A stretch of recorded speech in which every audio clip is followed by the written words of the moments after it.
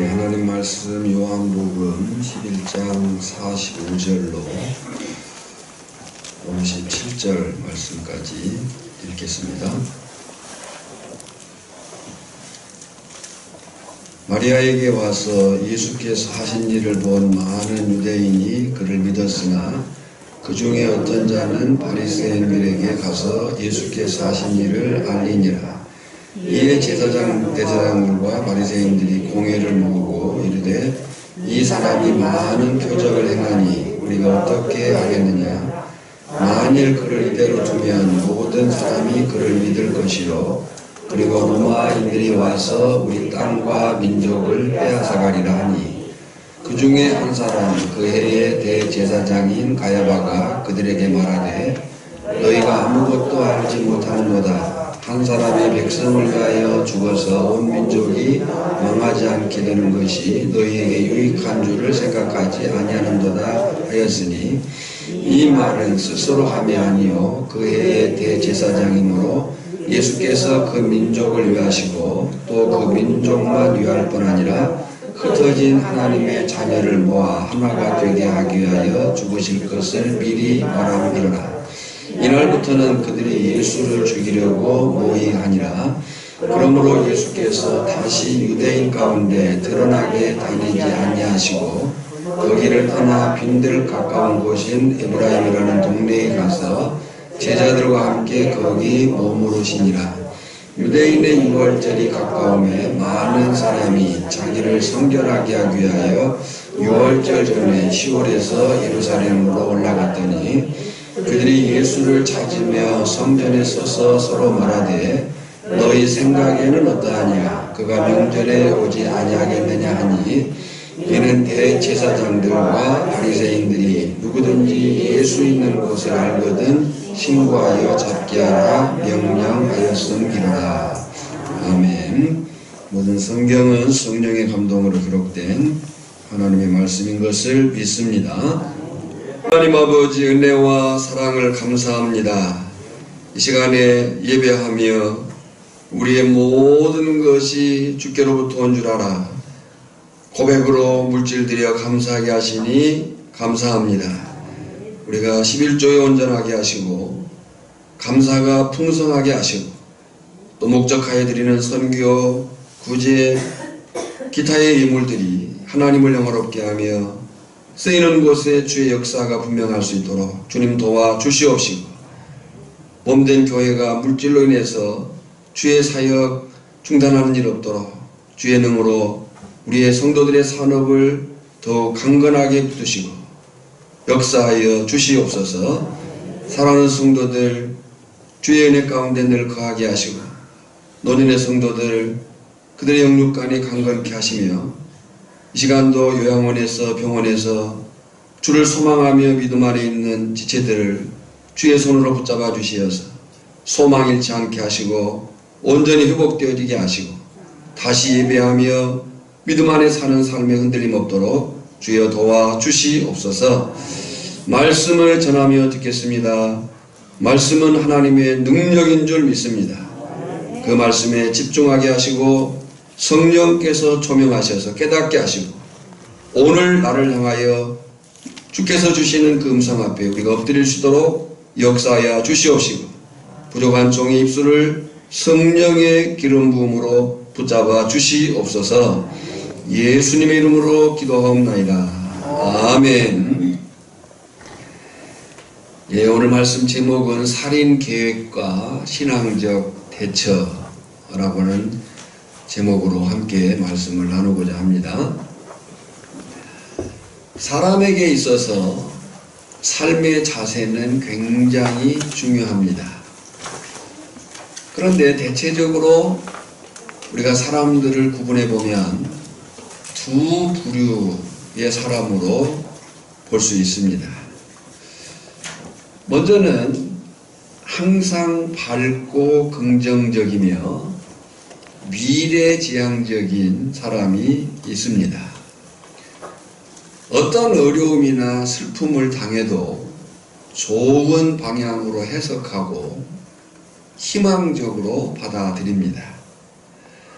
반면에 두 번째는 항상 어둡고 부정적이며 과거 지향적인 사람이 있습니다.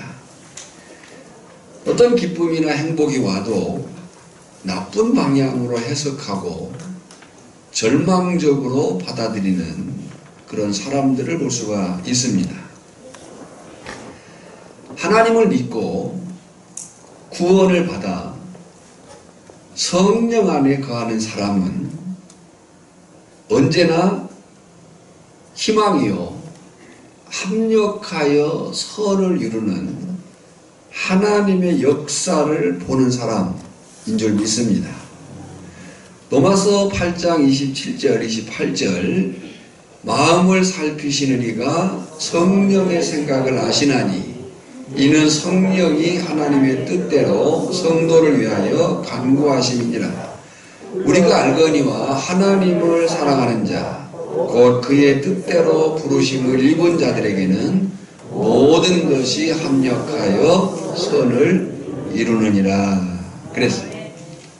그러니까 하나님을 믿고 아멘 예수님을 의지하는 사람은 어떤 어려움이나 슬픔 속에서도 밝고 긍정적인 하나님의 그 합력하여 선을 이루심을 보는 사람이라는 거예요. 지금 요한복음 11장에 나사로가 소생한 사건에는 예수님의 세 가지 명령이 있었습니다. 명령 첫 번째는 39절에 돌을 옮겨 놓으라.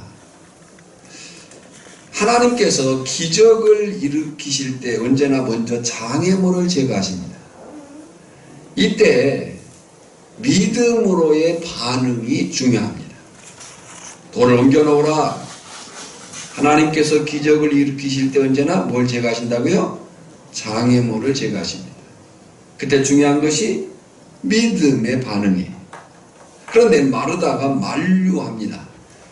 죽은 지가 나흘이 되었음에 벌써 냄새가 나나이다. 예수님이 말씀하셔요. 내가 믿으면 하나님의 영광을 보리라. 그냥 하나님의 영광을 보리라 라고 말씀하신 게 아니고 뭐하면 믿으면 하나님의 영광을 보리라 그랬어요. 여러분 믿음의 사람들은 항상 주님의 말씀에 귀를 기울입니다. 저는 여러분이 바로 그 믿음의 사람이기를 축복합니다. 명령 두 번째는 43절에 보면 나사로야 나오라 그랬어요. 예수님께서 죽음의 권세를 향해 큰 소리로 명령하신 거예요. 누가 죽음을 향해서 명령할 수 있어요? 생명이신 예수님밖에 없습니다. 그 예수님이 나사로야 나오라 라고 명령하신 거예요. 놀랍게도 죽었던 나사로가 살아났습니다. 기적은 하나님께서 이루십니다. 다만 우리가 할 일은 하나님께서 기적을 일으키는 데 있어서 믿음으로 장애물들을 제거해야 된다. 명령 세 번째는 44절에 보면 풀어놓아 다니게 하라 그랬어요. 분명히 나사로는 살아났고 아마 사는 날 동안 예수님을 따르며 기쁨으로 살았을 겁니다.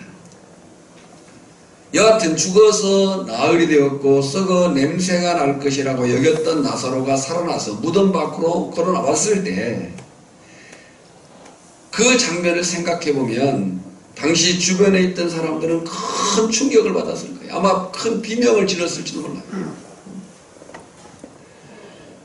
나사로가 살아난 것도 살아난 것이지만 그 사람들이 놀란 것은 그 나사로를 살리신 예수님에 대한 생각이었을 거예요. 도대체 이분이 누구인가?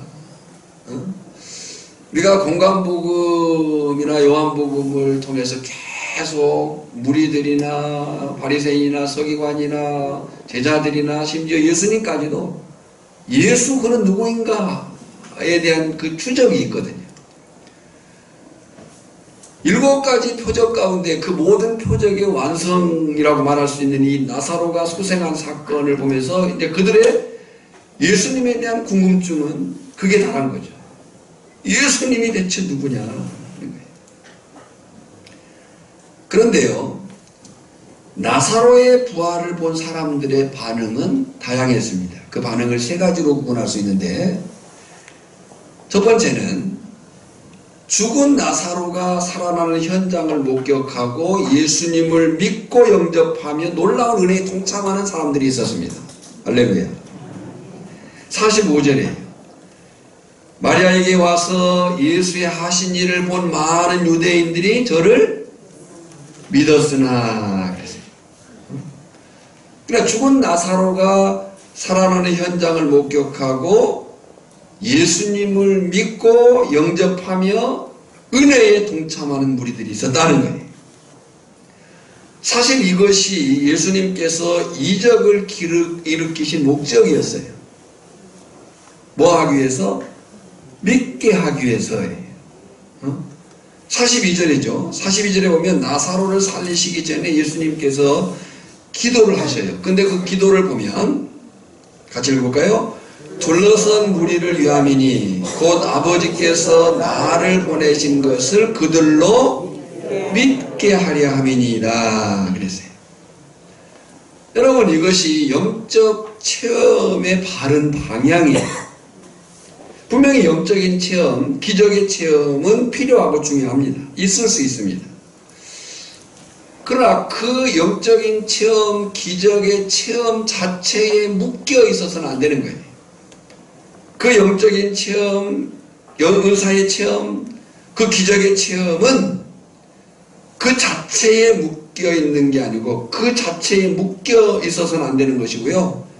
믿음의 자리로 확고히 나아가는 것이 중요하다는 거예요.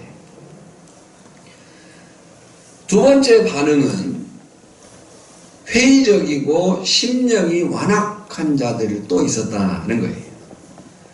분명히 이 나사로의 소생 사건은 똑같이 경험한 사건이었어요. 그런데 그 결과는 전혀 달랐어요.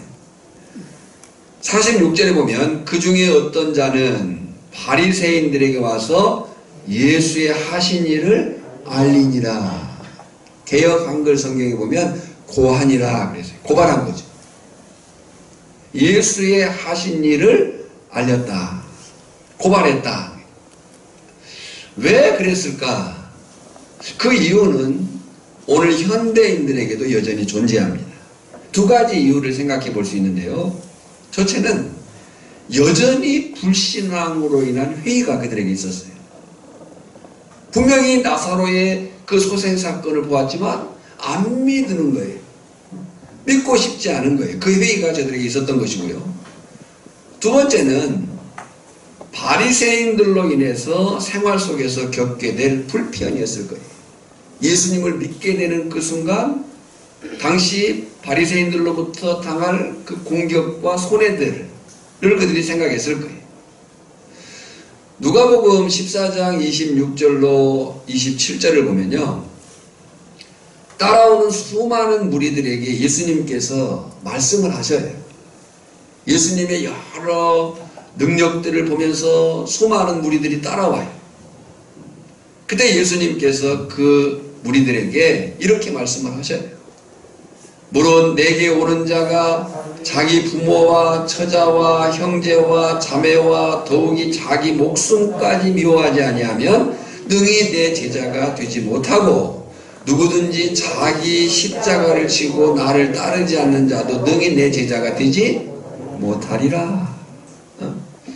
그러니까 저들은 이 나사로의 소생사건을 보면서 여전히 불신앙적인 회의가 있었을 뿐만 아니라 자신들이 예수님을 믿게 되었을 때 자기들에게 주어질 그 불리함들을 생각했을 것이다.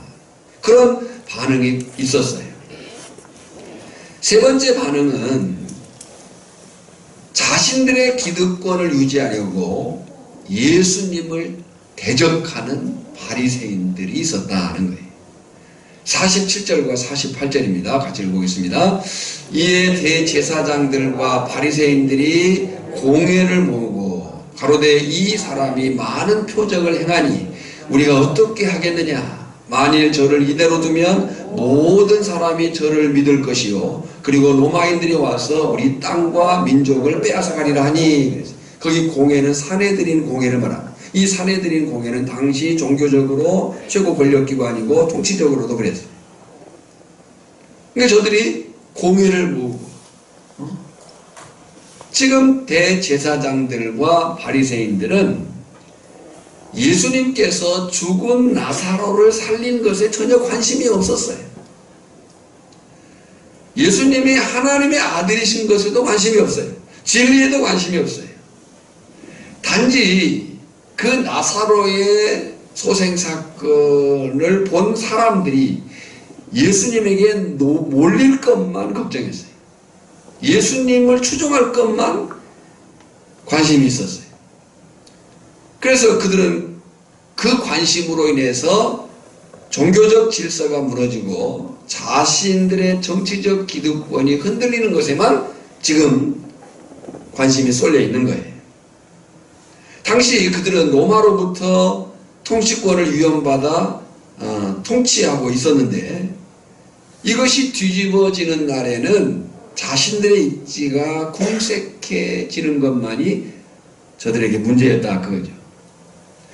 여러분, 종종의 경우 사람들은 자신이 예수님을 믿으면 교회에 나오면 많은 것을 잃어버릴 거라고 생각을 해요. 뭔가 하지 못할 것이다. 뭔가 뺏길 것이다. 뭔가 잃어버릴 것이다. 이런 생각을 가져요. 그래서 예수님 믿기를, 예수 앞에 나오기를 두려워합니다.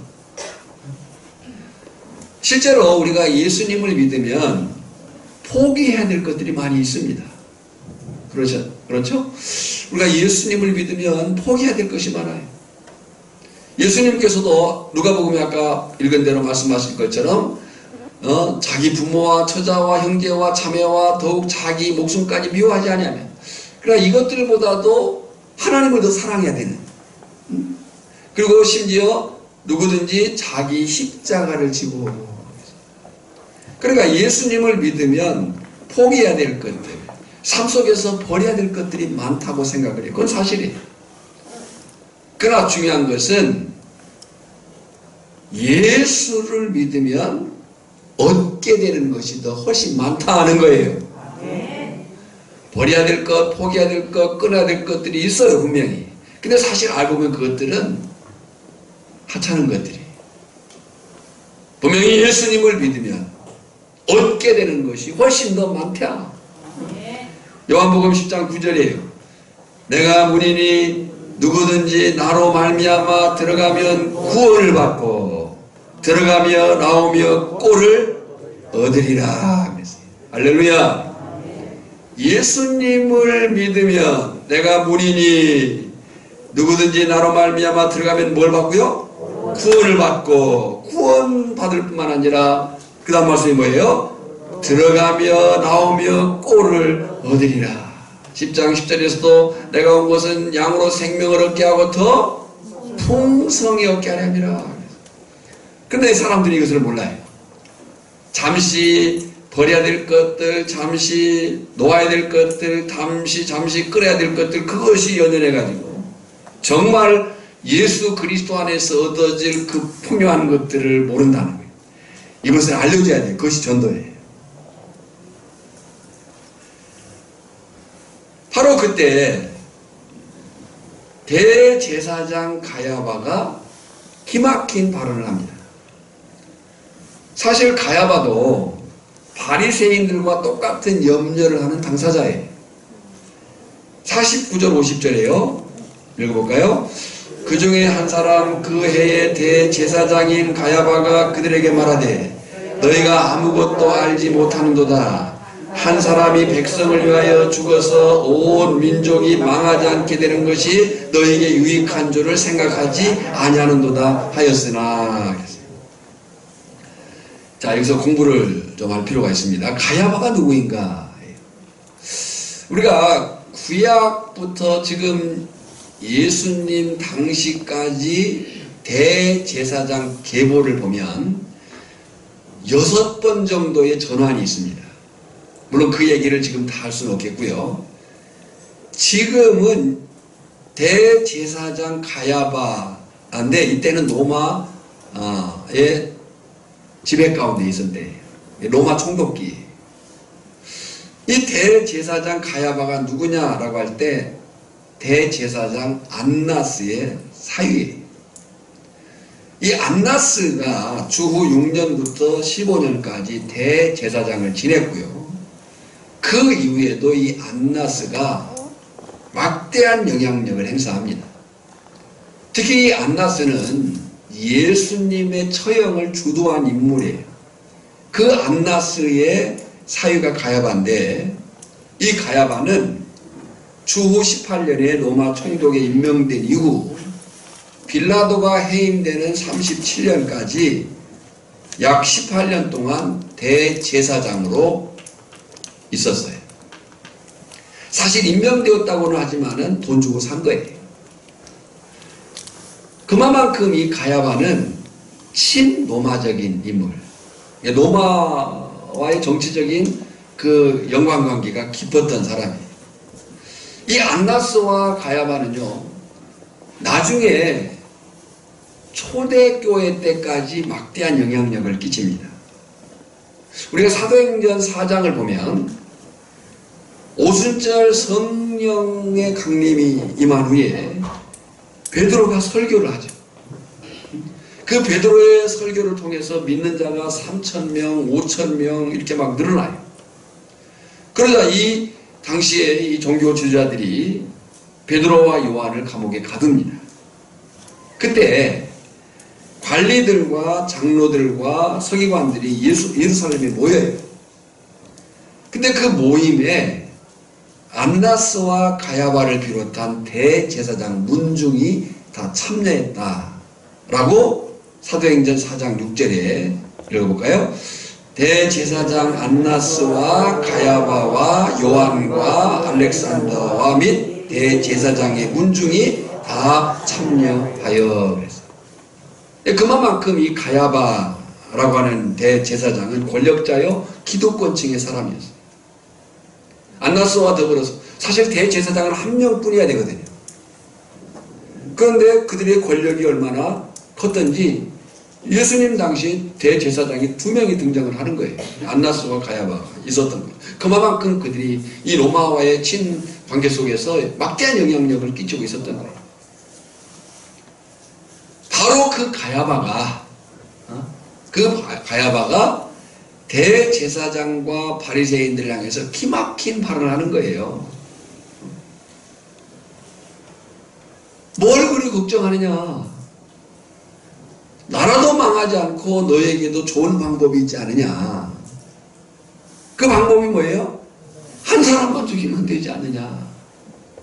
이거예요. 그러니까 저들이 믿는 사람들이 있고 회의적인 사람이 있고 그런 관계 속에서 이제 예수님을 대적하고 그런 분위기예요. 어쩌면 믿는 사람들이 있었기 때문에 그들이 마음대로 어떻게 할 수 없는, 지금 예수가 누구인가를 추적하고 있는 상황 속에서 그런 무리들의 반응들이 있으니까 당황하고 있는 그런 상황일 수도 있어요. 그때 이 가야바가 기막힌 제안을 한 거죠. 뭘 걱정하냐, 그냥 한 사람만 죽이면 되는 일을. 그러면 나라도 망하지 않고 너에게도 좋은 일 아니냐? 그 말이 그들에게 합당하게 들렸기 때문에 그 가야바의 발언의 결과가 뭐냐면 사내들인 공회의 공적인 결의가 됩니다. 53절에 이날부터는 그들이 예수를 죽이려고 결의한 거예요. 그래도 지금까지는 백성들의 눈을 의식해서 예수님을 추종하는, 예수님을 따르는, 예수님을 믿는 사람들이 있었기 때문에 그들의 눈을 의식해가지고 비교적 은밀하게 예수님을 처단하려고 했어요. 근데 이제는 아예 수배령을 내려요. 그 수배령이 57절이에요. 이는 대제사장들과 바리새인들이 누구든지 예수 있는 곳을 알거든 신고하여 잡게 하라 명령하였습니다. 예수 잡아라 명령한 거예요. 그래서 6월절에 예루살렘에 올라간 유대인들이 예수님을 찾습니다. 55절 56절이에요. 유대인의 유월절이 가까움에 많은 사람이 자기를 성결하게 하기 위하여, 거기 밑줄을 보내세요. 자기를 성결하게 하기 위하여, 유대인의 가까움에 많은 사람이 자기를 성결하게 하기 위하여 유월절 전에 시골에서 예루살렘으로 올라갔더니 그들이 예수를 찾으며 성전에 서서 서로 말하되 너희 생각엔 어떠하냐? 그가 명절에 오지 아니하겠느냐 하니. 그랬어요. 여러분, 유대인들이 유월절에 예루살렘에 올라간 이유가 뭐예요? 자기를 성결하게 하기 위하여. 지금 본문이 그렇게 기록하고 있잖아요. 자기를 성결하게 하기 위하여 예루살렘에 올라갔더니, 그러니까 유월절, 이 유월절은요, 예수님이 마지막 유월절이죠. 마지막 그 유월절에 이제 올라가기 전에 뭐하러 올라갔다고요? 유대인들이 자기를 성결하게 해요. 이것은요, 모세 율법을 따른 거예요. 모세 율법에 보면 부정한 자의 유월절 제사 참여를 금하고 있어요. 유대인들에게 있어서는 유월절이 굉장히 중요해요. 참여하지 않으면 안 되는 거고요. 그런데 부정한 자는 모세 율법이 유월절 제사에 참여를 금하고 있어요. 그래서 많은 유대인들이 유월절 전에 예루살렘에 올라가가지고 자기의 부정을 씻는 정결례를 행하려고 서둘러 예루살렘에 온 거예요. 그러면 그들이 와가지고 그 예루살렘에서 뭘 해야 돼요? 자신을 성결케 하는 정결례를 행해야 되는데 그들이 잘못된 열심에 빠져요. 잘못된 열심이 뭐냐면 자신들을 진짜 성결케 할 예수님을 잡기 위해서 예수님 나타나기를 기다리는 거예요. 예. 여러분, 잘못된 신앙 열심이 이렇게 위험한 거예요. 오늘 우리가 극단적으로 보면 그 이단들의 예수를 향한 열심을 봐요. 정말 열심이죠. 근데 그 잘못된 열심은 오히려 예수님을 배반하는 일이 되거나 예수님을 다시 십자가에 못 박는 일이 된다는 거예요. 로마서 10장 2절로 3절을 보면요, 유대인들이 구원이신 예수님을 깨닫지 못한 어리석음에 대한 바울의 지적이 나옵니다. 로마서 10장 2절 3절 같이 읽습니다. 내가 증언하노니 그들이 하나님께 열심히 있으나 올바른 지식을 따른 것이 아니니라. 하나님의 의를 모르고 자기 의를 세우려고 힘써 하나님의 의에 복종하지 아니하였느니라. 그러니까 잘못된 신앙 열심은 말씀을 알지 못하고 행하는 자기 열심은 오히려 예수님을 배반하거나 예수님을 다시 십자가에 못 박는 일이 될 수도 있다. 오늘 저나 여러분이 이런 어리석은 자리에 있지 않기를 축복합니다. 놀라운 것은 이 기발한 가야바의 발언이 저들 모두가 동의했기 때문에 결의까지 한 발언이에요. 아, 맞다, 그렇게 하면 되겠다 라고 모두가 동의한 거예요. 결의했어요. 그렇게까지 한 발언이 사실은 하나님의 주권적인 섭리였다는 거예요. 51절과 52절은요 가야바의 말에 대한 저자 요한의 해석이거든요. 저자 요한이 어떻게 해석하냐면 51절, 이 말은 스스로 함이 아니요 그 해의 대제사장이므로 예수께서 그 민족을 위하여 또 민족만 위할 뿐 아니라 흩어진 하나님의 자녀를 모아 하나가 되게 하기 위하여 죽으실 것을 미리 말하며, 한 사람은 죽이면 되지 않느냐, 이 말을 가야바는 자기들의 기득권 유지를 위해서 했는데 그 말이 결국 하나님의 역사 주권을 섭리하는 일이었다. 지금 가야바는 자신들의 정치적 의도에 따라서 예수를 죽이고자 했어요. 그러면 나라도 망하지 않고 너희도 좋을 것이다. 그러나 하나님께서는 그 가야바의 입술의 예언적 의미를 담았어요. 그리고 그 예언은 성취되었습니다. 분명히 역사 속에서 예수님의 죽으심은 단지 유대만이 아니고 흩어진 하나님의 자녀들, 누구예요? 이방인들, 그리고 오늘 전하 여러분들. 이방인들과 오늘 전하 여러분들이 예수 안에서 하나 되게 하신 사건이었다는. 로마서 5장 18절 19절에 보면 한 의로운 행위로 말미암아 많은 사람이 의롭다 하심을 받아 생명에 이르렀느니라. 한 사람이 순종하심으로 많은 사람이 의인이 되리라. 갈라디아서 3장 28절도 너희는 유대인이나 헬라인이나 종이나 자유인이나 남자나 여자나 다 그리스도 예수 안에서 하나이니라. 여러분요, 우리가 한 사람만 보면, 한 사건만 보면, 짧은 기간의 역사만 보면 인간이 주인공인 것 같고 힘있는 자가 뜻대로 하는 것 같아요. 한 사람, 한 사건, 짧은 그 기간의 역사를 보면 한 사람이, 힘있는 사람이 마치 그 일을 이루어가는 주인공 같이 느껴질 때가 있어요. 하지만요, 성경이 우리에게 분명히 보여주는 것은 조금만 시간을 펼쳐놓고 보면 역사는 하나님의 뜻대로 진행되고 있다라고 하는 이 분명한 사실을 보여줍니다. 저는 이 사실을 믿습니다. 그리고 그 하나님의 역사 주권, 하나님의 역사의 주인이시다라고 하는 그 일진항에 있어서 하나님의 그 뜻을 행하는 예수님의 모범을 볼 수 있어요. 여러분, 지금 이 살인계획에 대한 예수님의 신앙적 대처를 보면요, 54절에요 읽습니다. 그러므로 예수께서 다시 유대인 가운데 드러나게 다니지 아니하시고 거기를 떠나 빈들 가까운 곳인 에브라임이라는 동네에 가서 제자들과 함께 거기 머무르시니라 그랬어요. 그러니까 지금 한 사람, 한 사건, 어느 짧은 기간의 역사를 보면 지금 바리새인들을 중심한 가야바의 그 발언이 획기적이었어요. 예수님의 그 죽음이 그들로 인해서 끝난 것 같았어요. 근데 그에 대해서 하나님의 주권 섭리를 믿는 예수님의 삶의 싸움 방식, 신앙적 대처 방식이 무엇인가라고 할 때 우리는 두 가지를 살필 수가 있는데, 첫째는 예수님께서는 그 험악한 분위기를 피하십니다.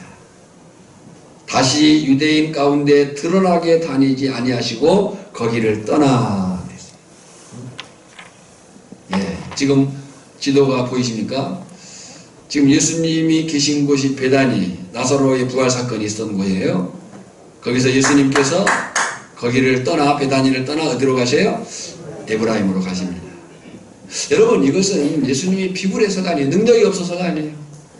어쩌면 제자들은 예수님에게 강력한 어떤 대응을 기대했을지도 몰라요. 하지만 예수님께서는 그 자리를 피하셨습니다. 왜 그러셨느냐? 왜 그러셨느냐라고 할 때 예수님은 중요한 사명, 목표가 있었기 때문에 그래요. 여러분, 오늘 성도가 분명히 구축해야 될 삶의 구조, 트라이앵글 여러 번 강조를 했었습니다. 우리가 성도로서, 믿음의 사람으로서 분명히 구축해 놓아야 될, 확실히 다져 놓아야 될 그 삼각구도, 그 삼각구도의 꼭지점이 뭐냐면 가치관이 분명해야 되거든요. 이 가치관은 비전이고 목표고 방향이에요. 우리의 삶의 가치, 방향, 비전이 무엇이냐를 분명히 해야 돼요. 그 가치, 비전, 방향은 하나님의 뜻을 따라 사는 데 있는 겁니다. 근데 예수님이 지금 제자들도 어쩌면 강력한 대응이 기대됐을지 모르지만 예수님은 그 자리를 피하고, 왜 피하시느냐? 예수님에게는 사명, 목표가 분명하기 때문에. 그 목표가 뭐예요? 예수님의 목표는 대제사장들이나 바리새인들과 싸우는 것이 아니었어요. 예수님의 그 가치, 비전, 방향은 십자가에서의 죽으심이었어요. 디도서 3장 9절에 보면 디도가 고면합니다. 읽어볼까요? 그러나 어리석은 변론과 족보 이야기와 분쟁과 율법에 대한 다툼은 피하라. 이것은 무익한 것이요 헛된 것입니다. 우리가 신앙생활에서 잘못하는 것 중에 하나가 뭐냐면 논쟁을 일삼는 거예요. 신앙에 대한, 말씀에 대한, 믿음으로 산 삶에 대한 것들은 별로 없고 그냥 별 쓸데없는 그 이야기들로 인해서 논쟁 가운데. 근데 그 사실에 대해서 디도는 피하라고 고면합니다. 또 고린도전서 10장 13절에 보면요, 하나님이 주시는 영적 싸움 방식이 있어요. 하나님이 주시는 영적 싸움 방식이 뭐냐면, 사람이 감당할 시험 밖에는 너희가 당한 것이 없나니 오직 하나님은 미쁘사 너희가 감당하지 못할 시험당함을 허락하지 아니하시고 시험당할 즈음에 또한 피할 길을 내사 너희로 능히 감당하게 하시니라. 그러니까 하나님의 그 방향, 가치, 목표가 아닌 일에 대해서 쓸데없는 자존심 싸움을 싸울 필요가 없다. 여러분, 영적인 싸움은 내 자존심의 문제가 아니에요. 우리의 싸움은 혈과 육에 대한 것이 아니라 그렇게 말하잖아요. 영적인 싸움은 내 자존심의 문제가 아니에요. 때문에 만약 영적인 어떤 부딪힘이 있을 때 자존심에 그 걸리는 문제는요, 그 자리를 피하는 게 좋아요. 예수님께서는 그렇게 그 험악한 분위기를 피하십니다. 이것이 예수님의 신앙적 대처, 영적 싸움 방식이에요. 두 번째는 예수님께서는 하나님의 때를 기다리십니다. 예수님이 어떤 때를 기다린다고요? 누구의 때를? 하나님의 때를 기다리신다. 빈들 가까운 곳인 에브라임, 그 에브라임은 현재 타이베라는 지역에, 에브라임이라는 동네에 가서 제자들과 함께 거기 머무르시니라. 물론 이 신약에는 에브라임이라는 단어가 이 본절에만 나옵니다. 그리고 이 에브라임이라는 곳이 정확히 어디인지는 애매하다라는 해석이 있어요. 그러나 우리가 타이베 지역으로 볼 때에 예루살렘에서 북동쪽으로 약 20km 정도. 지도를 보면요, 지금 하늘색은 요단강입니다. 그리고 아래쪽에 사이가 있고요. 그리고 분홍색은 예수님께서 갈릴리에서 예루살렘으로 오시는 길이에요. 사마리아를 통과하지 않기 위해서 요단 동편을 돌아서 이렇게 오시죠, 주로. 그리고 파란색은 베다니에서 에브라임으로, 에브라임에서 베다니로 오가는 길이에요. 아마 잘 보일지 모르겠는데 이 노란 동그라미 쳐진 부분들은요, 예수님께서 지나가셨던 길들이에요. 주목할 것은 에브라임이에요. 지금 베다니에서 에브라임으로 예수님이 가셨어요. 빈들을 가까운 곳인, 빈들은 광야를 가리킵니다. 광야 가까운 곳인 에브라임이라는 동네에 가서 제자들과 함께 거기 머무르니라. 광야 근처였기 때문에 사람들의 왕래가 적었고 제자들과 조용히 지내시기 유익한 곳이었을 거예요. 그러면 언제까지 예수님이 그 에브라임에 머무시느냐? 그러니까 예수님이 그냥 도망간 게 아니에요. 그죠? 예수님은 베다니에서 예루살렘으로 예수님이 가신 것이 도망가신 게 아니에요. 피하신 거예요. 뭘 위해서요? 하나님의 때를 위해서요. 그러니까 그 에브라임에 한없이 계신 게 아니에요. 언제까지 계셨느냐? 12장 1절에 보면 6월절 엿새 전까지예요. 6월절 엿새 전에 예수께서 베다니에 이르시니 어디서부터 오신 거예요? 에브라임으로부터 오신 거예요. 6월절 엿새 전까지 머무십니다. 무슨 얘기예요? 예수님이 피하셔서 그 감정적인, 자존심적인 그런 싸움을 싸우면서는 피하시고 하나님의 때를 기다리셨다가 결국 하나님의 때, 십자가를 지실 때에 오신 거예요. 사랑하는 성도 여러분, 우리의 삶에는 항상 어려움이 있습니다. 어려움이 있을 수 있습니다. 하지만 예수님은 그 어떤 어려움에서도 해답이십니다. 오늘 우리의 삶에는 항상 어려움이 있어요. 아마 정도 차이는 있을지 몰라도요, 우리 각자에게 다 물어보면 다 아픔이 있고요, 고통이 있고요, 다 힘들 일이 있어요. 그런데 분명한 것은 예수님은 그 누구의 그 어떤 어려움에도 해답이 되신다. 할렐루야. 그 예수님이 지금 말씀하시는 거예요. 우리에게 향해서 돌을 옮겨놓으라, 나사로야 나오라, 풀어놓아 타내게라. 중요한 것은 나의 태도입니다. 그건 믿음으로의 반응이에요. 어떤 경우 어떤 상황 속에서도 예수님은 해답이십니다. 중요한 것은 우리의 믿음의 반응이에요.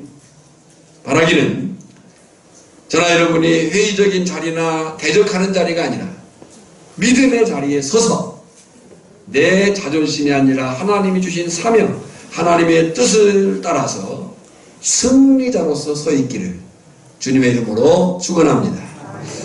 하나님 아버지 은혜와 사랑을 감사합니다. 오늘 살인계획을 갖는 그들 앞에서 예수님의 신앙적 대처, 영적 싸움의 방식을 우리가 말씀 안에 보게 하시니 감사합니다. 우리의 삶 가운데는 항상 곤란한 일이, 어려운 일이, 힘든 일이 주어지는 것을 경험합니다.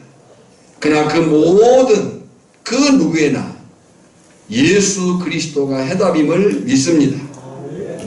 그 해답 되신 예수님 앞에 그 예수님이 말씀하실 때 우리가 믿음으로 반응하게 하시고 회의적인, 패배적인, 대적하는 자리가 아니라 순종으로 하나님의 뜻을 쫓아 사는 자리에 서 있을 수 있도록 주의 영으로 저들의 심령을 주관하여 주시옵소서. 예수님의 이름으로 기도하옵나이다. 아멘.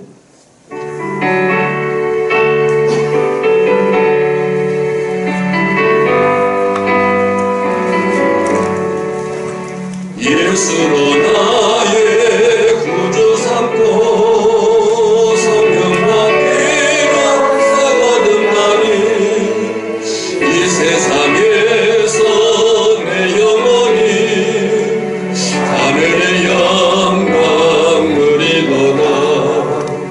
이것이 나의 간증이요, 이것이 나의 찬송일세.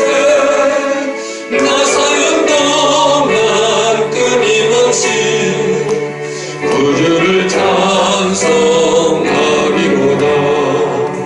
온전히 주께 맡긴대요. 사랑의 음성을 듣는 중에 천사들 왕래하는 것과 하늘의 영광 보리로다.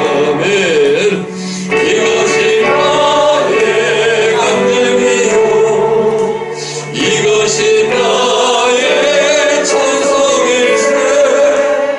나 사는 동안 끊임없이 구주를 찬송하리로다. 주 안에 기쁨 누림으로 마음의 건강이 잔잔하네.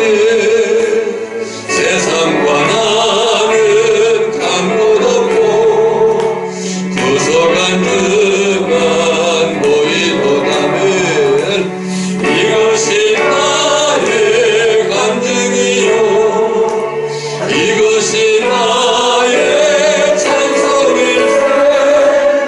나 사는 동안 끊임없이 구주를 찬송하리로. 이것이 나의 간증이요, 이것이 나의 간증이요, 이것이 나의 찬송이니. 나 사는 동안 끊임없이 구주를 찬송하리로다. 아멘. 지금은 모든 상황, 모든 조건, 모든 문제에 해답 되시는 예수 그리스도의 은혜와 성부 하나님의 크고 놀라우신 사랑하심과 성령의 기름 부으심이 오늘 다시 믿음의 자리에 서서 주님이 해답인 것을 알아 담대한 믿음으로 살고자 다짐하는 사랑하는 성도들 심령, 가정, 산업 위에 우리 오천교회 공동체 위에 이제로부터 영원까지 항상 함께 있을지어다. 아멘.